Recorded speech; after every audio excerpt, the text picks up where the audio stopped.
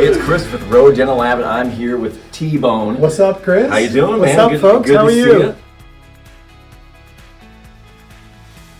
Now, the challenge is a lot of people don't know what kind of patient, what's a good patient. They don't want to find the patient, they want to fly the patient somewhere, Right. or they themselves don't want to go overseas. So we have created the ability for them to do the live patient right here. We provide the patient, we screen the patient, we make sure they're taken care of. These are patients from the community. They're working class patients that otherwise wouldn't be able to afford the care, and they're seen from beginning to end. In other words, we provide the restoration and we make sure they're well taken care of. Most of our patients are teachers, they're firemen, firefighters, they're just average people that need and deserve this type of treatment.